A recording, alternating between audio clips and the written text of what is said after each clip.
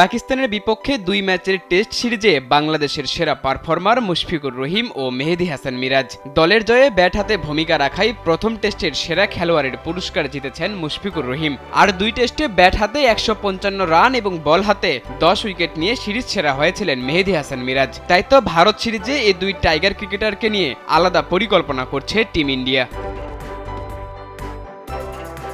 শুধু মুশফিক মিরাজই নন, আরেক অভিজ্ঞ ক্রিকেটার সাকিব আল হাসানও ভারতের মাথা ব্যথার কারণ।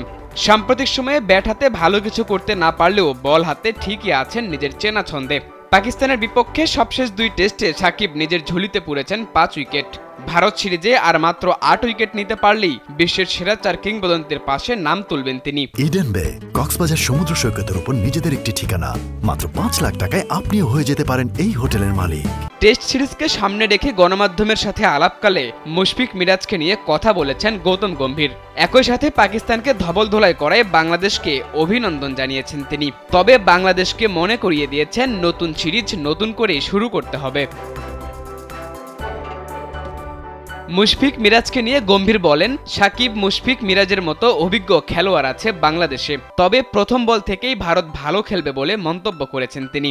বাংলাদেশের বিপক্ষে ম্যাচ নিয়ে তিনি বলেন, ভারত আত্মবিশ্বাসী এবং তারা ভয় পায় না, তবে সবাইকে সম্মান করতে জানে। প্রতিপক্ষের দিকে না তাকিয়ে নিজেদের সেরা খেলাটা খেলবেন বলে জানান তিনি।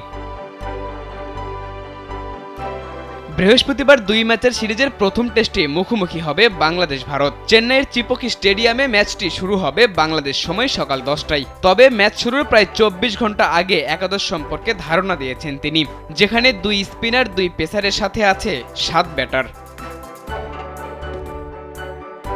সাদাতুর রাফি, কালবেলা।